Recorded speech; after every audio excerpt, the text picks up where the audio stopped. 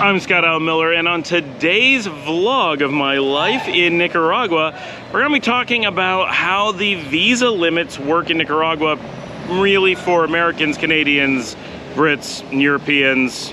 A lot of people it applies to. I don't know everyone that it applies to, but for the major groups who watch this show, it applies to you.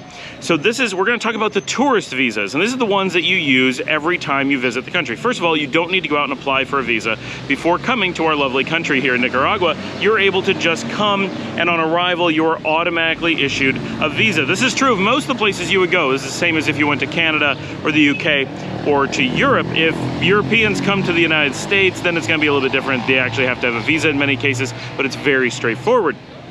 Here, it's all automatic. So you'll never see a paper visa. You don't have to sit around thinking about where did I put it? Did I order it? No, it's nothing like that. When you arrive, it's considered an automatic visa, and your visa limit on arrival is generally 90 days. The limit is 90 days, and most people get 90 days.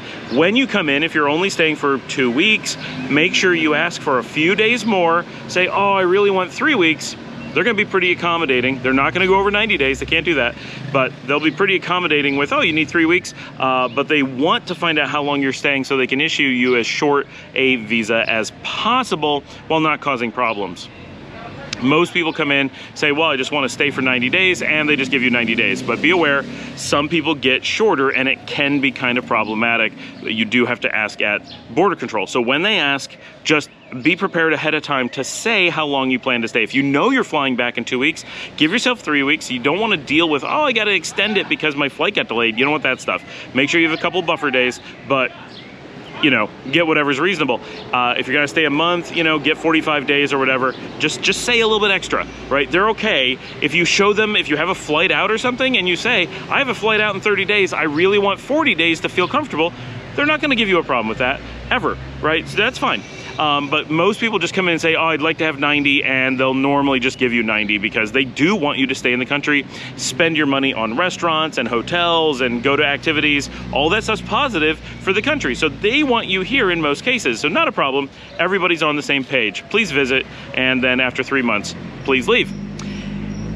Now, that's 90 days. So you get 90 days that you can just come and stay in Nicaragua. Life is easy. And if you watch my other video, we talked a little bit about the CA4. That entry visa into Nicaragua counts for Guatemala, Salvador, and Honduras as well. So you're free to move around the CA4. You do have to carry your passport, but you will not be getting stamped or having your visa changed through the CA4 during that time. So that's that whole kind of northern Central American zone is all done as a single passport control area. Once your 90 days is up, you have a couple choices. One, you can simply leave Nicaragua. It's that easy. You can't go into the other parts of the CA4. You're expired there too. You've got to go on somewhere else, such as Costa Rica, who has a land border that you can simply cross into to leave the CA4. Or if you want to go farther, you have to go over land into Mexico or Belize. And of course, you can fly out anywhere you'd like, United States, Panama, or whatever. That's your first option. Your second option is to do a border run, which is all the same things we just said, but you just cross the border, don't stay, maybe stay for one night at least, and then come back in. Your 90 days will have reset. Just go to the border and say, please let me back in. I'd like another 90 days. I loved my last 90 days. This next 90 days will be just as fun. They'll probably let you in. Almost always they do with another 90 days. So very, very easy. And I talk about that process in my border run video, but that is an option. Now your third option though, is the one that you're probably interested in for this video, and we call this the 90-30-30-30 system, because in reality, most people actually get 180 days in Nicaragua if they know what they're doing, and it just takes a little bit of knowing what you're doing. This does not require you to be a specialist. This is not a big secret. You actually get 180 days. But again, watch my border run video that explains why Nicaragua and many other countries do the border run mechanism to ensure the safety of their country by forcing you to go through border control on a regular basis every 90 days to verify your passport is current, to verify your finances are current, to verify that you actually have the ability to leave the country and re-enter it, to make sure you're safe, all those things. That's a simple system for that.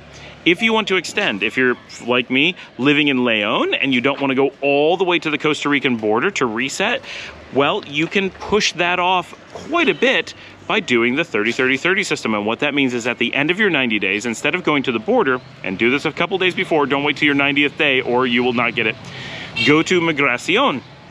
Migracion is the immigration control office. Now we have one here in Leon, and under certain conditions you can use that one. This is one of the reasons why you want to go early. Go early to the one in Leon. If you're in a place like this, Granada, Leon, Chinandega, someplace far afield, go to Migracion and ask them to extend you by another 30 days. Now this is less likely to be extended than the 90 days when you first come in, but it's a pretty high likelihood that you will get it. They're not really controlling about the extra 30. They really want you to appear in person, answer a few questions.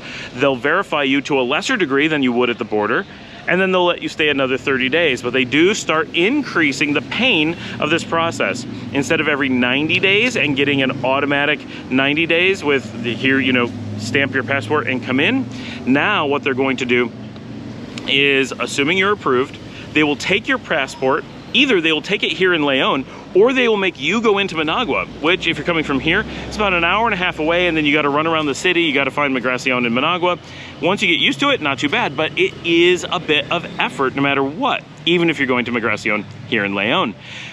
Go to Migracion, you'll turn in your passport and pay a few dollars. I think it's about $20. They will take your passport, they will send it to Managua and keep it for a week. You then have to return a week later, exactly a week later, at exactly the time that they tell you to come back. You come back and they hand you your passport back, and you are good for 30 days from the time they took your passport, not from the time they give it back. So you spend 1 week out of your 30 without your passport, then you go finish your 30 days, and if you want to do that again, you may do it 2 more times. That gives you a total of 90 days plus 30-30-30 for 180 days. Each time it gets a little bit harder to convince them to do it. If you have good finances, if you have no problems with the police, all those things, your chances of getting that renewal are very high, but you may have to go to Managua to get it done. That's not fun, but it's okay. It's still better than a border run in most cases. On the very last time, and this is important, they are not going to renew you on your word of I've been here for half a year, but I swear I'll leave at the end of this 180-day period where I keep filling out this paperwork. They're going to be a little bit unsure about you at that point. They're very nervous by that last segment. So what you need to do when you go in for your last renewal, this is your 3rd set of 30 days, you need to go in and have your exit tickets with you, right? Prove whether it's digital or paper. Paper's better, make them copies, everything, make them copies so you can just, here, keep it, have all the information you want, yours, right? Be ready with that stuff. You're gonna want either a bus or a plane ticket out of the country that you can show you have already spent the money, you already have a date that you're leaving, and it's within those 30 days. If it's not within those 30 days, you need to come up with one fast or you're leaving right then, right? But have that ticket ready, and as long as they see that you are leaving, that you've paid for it, they don't have to worry. You could run out of money that day and make it 29 days begging on the street, drink out of the gutter. They know that you at least have a ticket to not be their problem after 30 days, right? That's really important to any country dealing with tourists. They can't let you become a burden on society because their society is fragile enough as it is. They have their own people to feed. They can't be feeding you.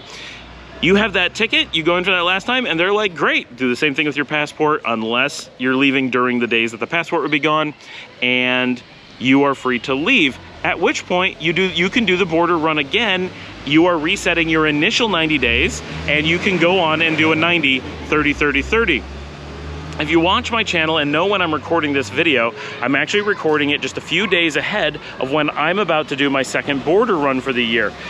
What we have done, and until we get our residency, this is what our process is, doing the full 180 plus border run system. It works pretty effectively, and especially once you get used to it, you'll know the people in Migracion, they will know you, you'll know the process, it'll all get very comfortable. The first time, you're gonna be like, I'm really nervous about this, and for good reason. And they're gonna be like, we're really nervous about approving you because we don't know who you are, for good reason.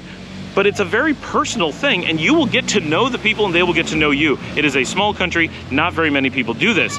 For us, we are just finishing up our first full year here. We did 90 days, 30, 30, 30. did a run to the United States, we returned, we did 90, 30, 30, 30, and in just a few days, our final 30 of our second set is going to be up. We are heading to Costa Rica 1 week from the time that I'm recording this video and resetting our visas again. We're gonna make a quick trip to the United States while we're out. We're coming back, and when we come back, we will have reset and be ready to start our 90 again, and we can go 90, 30, 30, 30 before needing to do another border run. So we get 6 months before we have to worry about crossing an international border zone once again. And we're very hopeful at this point that we will have our residency by that time. But just in case we don't, we know it's 6 months before we have to leave, and it's not a big deal if that's something we have to do. And even if we had to do this for many years, it is a very simple process. It is not expensive, and there are really good reasons why, especially if you master the 180 days, that instead of every 90 days having to go to a border and you know, take a bus, just it takes a lot of time. You get this system down, and doing it twice a year is really not a big deal at all. So a lot of people decide that this is a comfortable system that they can maintain indefinitely, and they just do. And for a lot of people, you're going to naturally once or twice a year want to travel, want to visit. For us, we want to go back to the United States and visit our family. It is annoying that we kind of feel we have to schedule it around our 180-day cycles, but you get into a pattern and you do it at Christmas, you do it at the opposite of Christmas or whatever, and it's really not a big deal, and you can make it work within your schedule.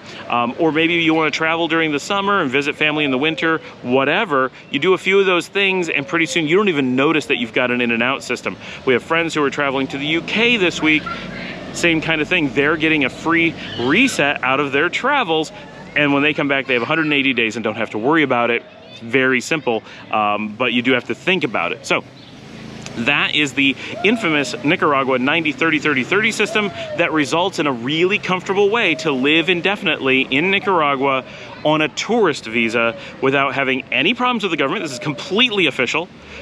The government can watch this video and say, yep, we approve of this. This is exactly how we meant for it to be used. You can watch this and be like, oh, now I understand why the government does this. It does make sense. They're getting big check-ins at the border. They're getting little check-ins not at the border. They're forcing me to prove all these things. It makes sense. It makes sense for them, it makes sense for me, and you can choose, is this a system do you want to do, or do you want to do your residency? And what most people do is they do this system for a while and then do their residency once they've spent, you know, a year or 2 years going in and out and demonstrating to themselves that this is the country that they want to be in.